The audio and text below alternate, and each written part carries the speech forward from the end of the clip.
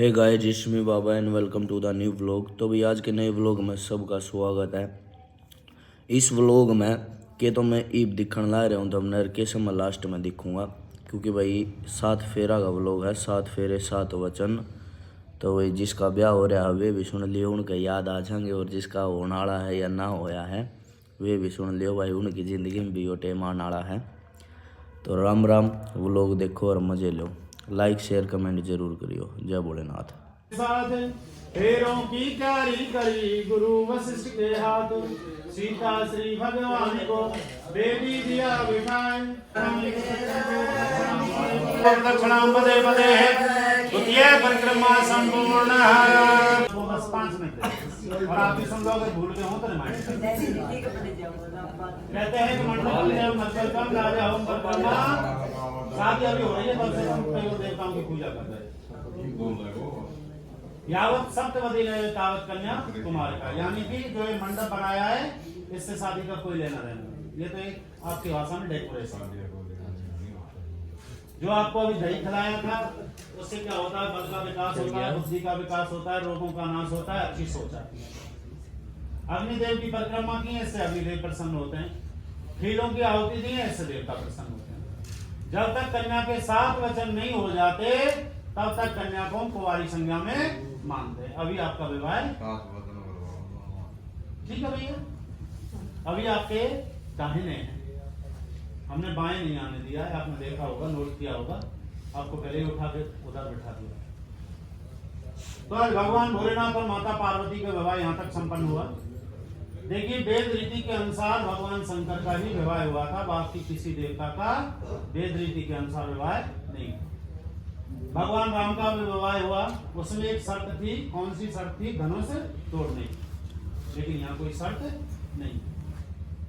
भगवान विष्णु का विवाह हुआ था, समुद्र का मंथन हुआ, 14 रत्न निकले, माता लक्ष्मी जी समुद्र मंथन के समय निकली और सभी देवताओं की सहमति ने भगवान विष्णु को समर्पित कर दिया। भगवान श्री कृष्ण का इतिहास आप सभी जानते हैं। 16,108 विवाह हुए, कोई कहीं से कर लिया, कोई कहीं से कर लिया, कोई कहीं से कर लिया, ऐसे ही उनके विवाह हुए। केवल वेद के अनुसार भगवान शंकर का ही विवाह हुआ। आज भगवान भोलेनाथ कहते हैं, देवी चलो कैलाश पर्वत को चलते हैं। बोले प्रभु कैलाश पर्वत तो बहुत दूर, मैं अभी आपके बाएं अंग भी नहीं आ सकती जब तक मैं आपसे 7 वचन नहीं ले लूंगी।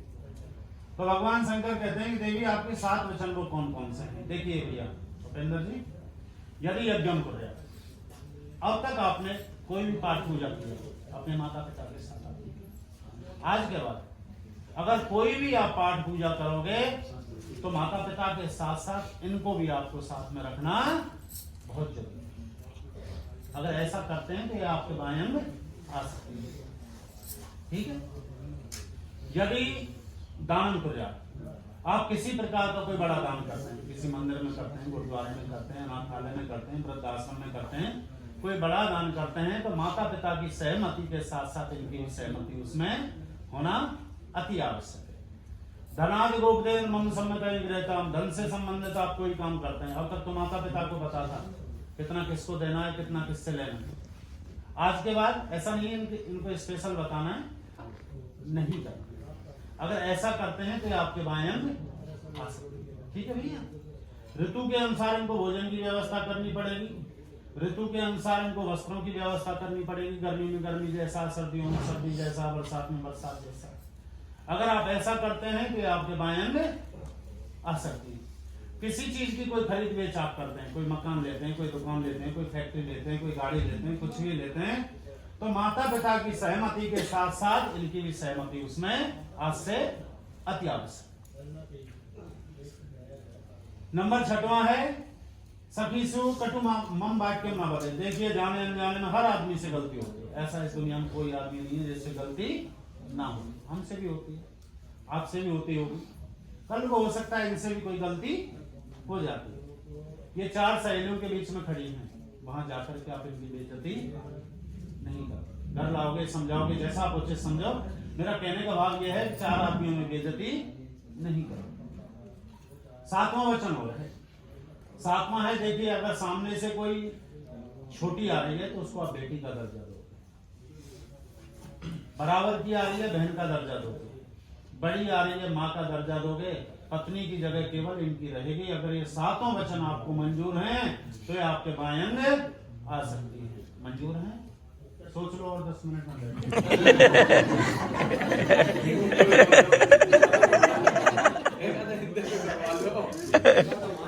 सोच लो आराम से।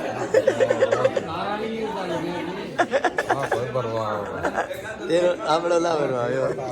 ऐसा मैं 24 साल से डर रहा हूँ। मंजूर है भैया? अगली तरफ आते हो। बोलो स्वस्ति स्वस्ति स्वस्ति। आपने 3 बार अग्नि की कसम खाई है। देखिए आपके नाते रिश्तेदार घर परिवार के बैठे हैं, ब्राह्मण बैठा है, अग्निदेव साक्षात प्रज्वलित हैं। 3 बार आपने कसम खाई है कि जो भी पंडित जी ने वचन भरवाए हैं मैं उन पर सदा ही आरूढ़ रहूंगा। ठीक है। अब भगवान भोलेनाथ कहते हैं कि देवी आपने तो हमको वचनबद्ध कर लिया, लेकिन अब कुछ हमारी भी शर्त है। हमारी भी ऐसा नहीं एक ही तरफ से हो। बोले कि प्रभु मैं आपके 7 वचन सहन नहीं कर सकती, मैं आपके 7 वचन सहन नहीं कर सकती। बोले कि केवल 4 वचन। ठीक है बेटा। कहते हैं आदो धर्म धर्म कुटुंब शुद्धा निष्ठा प्रिया भाषण। इसका मतलब यह है कि अब तक आपने जो भी पाठ पूजा किया अपने मम्मी और पापा के घर के हिसाब से किया। किस देवी को मानते हैं, किस देवता को मानते हैं, उसके हिसाब से आप चले। आज के बाद उपेंद्र जी के यहाँ जिस देवी को मानते हैं, जिस देवता को मानते हैं, उसी को आपको मानना होगा। मम्मी पापा के देवी देवताओं से आज से आपको कोई मतलब नहीं है। निष्ठा प्रिया भाषणी। देखिए इसी जीव के अंदर व्यंजी रस होता है, इसी के अंदर विष होता है, जहर भी इसी जीव के अंदर होता है। इसी जीव से पराये अपने हो जाते हैं, अपने पराये हो जाते हैं। कोयल किसी को कुछ देती नहीं है और कौवा किसी का कुछ लेता नहीं। केवल एक जवान की है, कोयल सबको प्यारी लगती है। इसीलिए आप उपेंद्र जी के यहाँ जाकर के इतनी मीठी प्रिय वाणी बोलनी है कि पराये भी अपने हो। निष्ठा प्रिया भाषणी। इनके घर में जो भी छोटे बड़े भाई बहन हैं, मुझे तो नहीं पता कितने हैं, सबकी आपको सेवा करनी है। इनके माता पिता की सेवा करनी है, सदा ही इनकी आज्ञा का पालन करना है। और आप बिना इनकी आज्ञा के अपने पिताजी के यहाँ भी नहीं आ सकते। कोई कर देता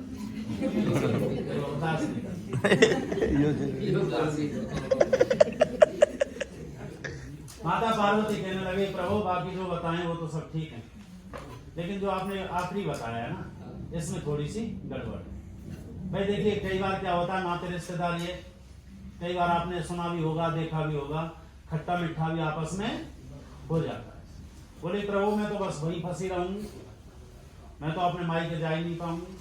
बोले देवी कोई बात नहीं, साल के 2 त्योहार ऐसे हैं, भाई दूज और रक्षाबंधन। आप जब मर्जी साल में 2 बार आप बड़े प्रेम से, अगर उपेंद्र जी 1000 बार भी मना करें, जब तेरी मर्जी हो मम्मी से मिल करके चले। लेकिन ऐसा नहीं है कि नहीं रुक जाए, वापस ले जाए। मंजूर है? पक्का? चलो अगली तरफ आप बोलो स्वस्ति स्वस्ति स्वस्ति। बस खड़े हो ओ मंगलम। मैं ठोक बजा करके देख लेता हूँ पहले। 10 मिनट का टाइम तो देना चाहिए था जी आपको। मुझे अगर कहीं डाउट लगता तो मैं और बैठा रहता। डाउट का टाइम सोचा ही नहीं। अब इनके लिए नहीं दिया कोई बात नहीं। आ जाओ भैया उपेंद्र जी आप मेरी तरफ आइए, इधर सामने से।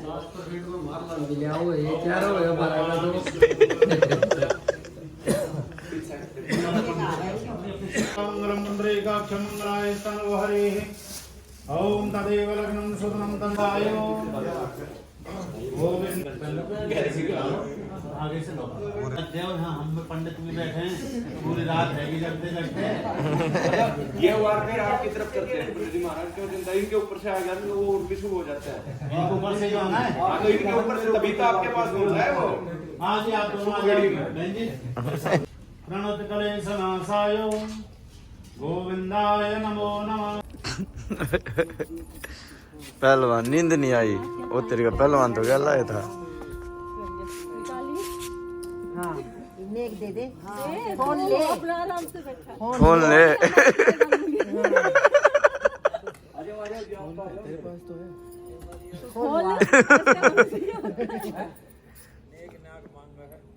हाँ तो महंगा ही है आप तो चुप हो गए थे ना बेटी बड़न को मोको से आ जाओ इधर आ जाओ ले तू पकड़ ले ओहो चलो पहुंच तो गए भाई सुबह के 6 बजे है और ईब आया है मफिन कैसे हो ये भाई मफिन है तो बस सो जा आराम से और मैंने भी सोन दे तो वही फिलहाल सो जावा हाँ और व्लॉग बताओ कैसे बनने लग रहे हैं बाकी मैं ज़्यादातर भाई ब्याह शादी आगे चीज़ दिखा रहा हूँ क्योंकि मैं बार बार बीच बीच में आकर आप सब लोगों ने बताऊँगा तो आप सब लोग बोर हो जाओगे और भाई कुछ टाइम भी नहीं कुछ टाइम भी नहीं मिलता कि मैं बोल के बताऊँ आप लोगों ने समझाऊँ इस कारण मैं सीधा शूट कर दूँ और शूट करके डाल दूँगा और कल का व्लॉग देखियो वही बहुत ज़्यादा मज़ेदार होने वाला है सुबह गुट्ठी वगैरह का ही कुछ रस्म आ रहा मतलब गुट्ठी गाठी ढूंढे आ रहा पकड़े आ रहा वो भी खेलने आ रहा है और शॉट की भी खेलना है भाभी का ला बहुत ज़्यादा मज़ा आने वाला है तो ईब खतर राम राम मिलते हैं अगले व्लॉग में जय बाबा।